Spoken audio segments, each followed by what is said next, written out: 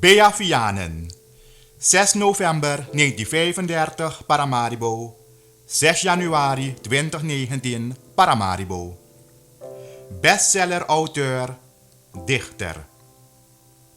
Beatrice, Bea, Sylvia Magdalena Vianen, kind van een Hindoestaanse moeder en Creoolse vader, vertrok als onderwijzeres in 1957 naar Nederland. Ze droomde van een loopbaan als schrijver.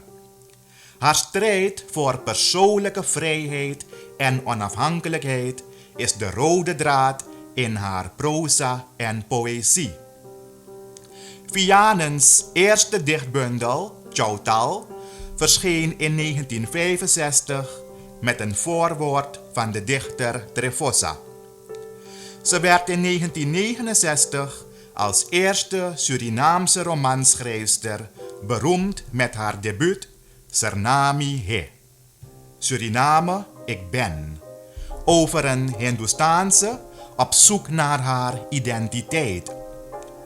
In 1971 rekende ze in strafhok af met raciale vooroordelen en seksuele taboes in de Surinaamse samenleving.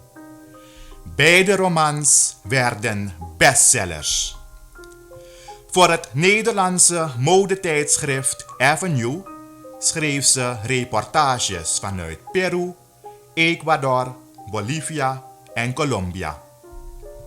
Na haar debuutroman verschenen nog de romans Ik eet tot ik niet meer kan in 1972, Het Paradijs van Oranje in 1973, Geen onderdelen in 1979 en een viertal dichtbundels, waaronder Over de grens, gedichten 1976 tot 1986.